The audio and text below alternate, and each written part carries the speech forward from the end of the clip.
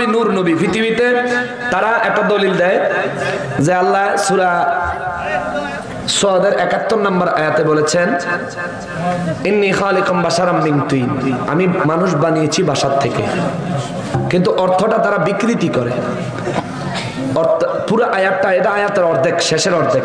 প্রথম অর্ধেক হলো ইজ ক্বালা রাব্বুকা লিল মালাইকাতি ইন্নী খালিকুম বাশারাম মিন তিন। আল্লাহ কয় ইজ ক্বালা রাব্বুকা লিল মালাইকাতি, আমার নবীজির কয় হুজুর স্মরণ করেন ওই দিনের কথা যেদিন আমি আল্লাহ ফেরেশতা করে কইছিলাম। তাহলে আল্লাহ যেদিন ফেরেশতা করে কয় ওই দিন আমার নবী আসেনি, না থাকলে নবীরে কয় কেমনে বলে স্মরণ করেন ওই দিনের কথা? সুবহানাল্লাহ কইতেন না? তাহলে আমার নবী ওই দিন স্ট্যান্ড বাই আছে, ঠিক কি না? হুজুর স্মরণ করেন ওই দিনের কথা। কোন দিন? আল্লাহ আল্লাহ কয় যেদিন ইন্নী খালিকুম বাশারাম মিন তিন, ইন্নী আমি যে কইছিলাম ফেরেশতা করে, নিশ্চয়ই আমি খালিকুন সৃষ্টি করব। সুবহানাল্লাহ কোন না? সৃষ্টি করছি না করব? করব মানে সামনে, এখনো সৃষ্টি করে নাই। কিন্তু আমার নবী আসেনি। ও কথা কোন? আমার নবী আসেনি। বাশারান এটা এক বছর ওয়াহিদ, আলেমদেরকে জিজ্ঞেস করে দেখবেন। আল্লাহ কইতাছে আমি কইছি একজন মানুষ সৃষ্টি করব। সুবহানাল্লাহ কইতেন না? কয়জন মানুষ? একজন, একজন বাসার সৃষ্টি করব। সৃষ্টি করছি কয় নাই। হুজুর আপনি স্মরণ করেন আমি আল্লাহ যে কইছিলাম ফেরেশতা করে ওই দিন মনে আসেনি যে ফেরেশতারা আমি একজন মানুষ সৃষ্টি করব।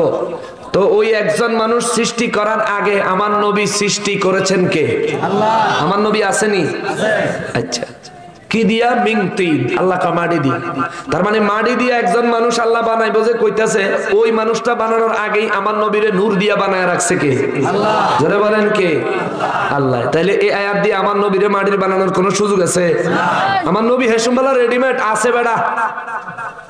তুই এই আয়াতের দলিল দিয়ে নবীরে মাটি বানাইতে? আমার নবী হেসুমবালা স্ট্যান্ড বাই। আব্দুল্লাহ ইবনে আব্বাস রাদিয়াল্লাহু আনহু হুজুর একজন মানুষ যেন আল্লাহ মাটি দিয়ে বানাইতে কইছে, উনি কে? কাকে আল্লাহ বানাইতে বলছেন? আমার নবী বলেন হুয়া আদামু সফিউল্লাহ। জোরে কন্না সুবহানাল্লাহ। আমার নবী কইরা আদম নবীর আল্লাহ বানাইতে কইছে। ও আদম নবীরে বানানোর জন্য আল্লাহ যখন সিদ্ধান্ত নিছে আমার নবীর আল্লাহ তার আগেই বানায়া রাখছে। তাহলে আমার নবীরে আদম সন্তান বানায়া মাটির বানানোর কোনো সুযোগ নাই।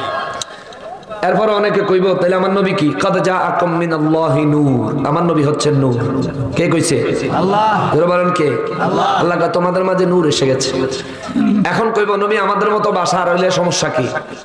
সূরা মুমিনুনের 34 নম্বর আয়াতে আল্লাহ কয় ওয়ালা ইন আতাতুম বাশারাম মিসলাকুম ইন্নাকুম ইযাল খাসিরুন, যদি তোমরা তোমাদের মতো কোন সাধারণ বাশার অনুসরণ করো, আনুগত্য করো, আল্লাহ কয় তোমরা ক্ষতিগ্রস্ত হবে। জোরে কর নাউযুবিল্লাহ।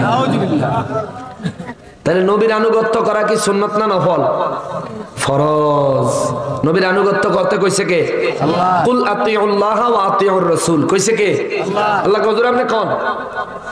আমি আল্লাহর আনুগত্য তারা যেন করে, আপনি রাসূলের আনুগত্য তারা যেন করে। সাহাবীরা কয় হুজুর আপনার আনুগত্য তো বুঝলাম, দেখে দেখে করব, শিক্ষা করব, আল্লাহর আনুগত্য কেমনে করব? নবী কয় আমার আনুগত্য করাটাই আল্লাহর আনুগত্য। সুবহানাল্লাহ। আমার গোলামি করাটাই আল্লাহর গোলামি। সুবহানাল্লাহ।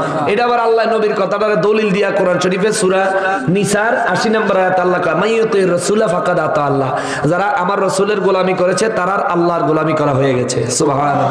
রস পড়তেছে, সামনে যাইতে পারবো না। তো আল্লাহ কইছে আমাদের মতো কোন সাধারণ মানুষের আনুগত্য করলে ক্ষতিগ্রস্ত হব। তাহলে নবী যদি আমার মতন সাধারণ মানুষ হয় নবীর আনুগত্য করা যাবে না। আর নবী যদি কারোর সাথে তুলনাহীন হয়ে নবী নূর নবী হয় তাইলে নবীর আনুগত্য করা ফরজ। কথা বলেন ঠিক কিনা?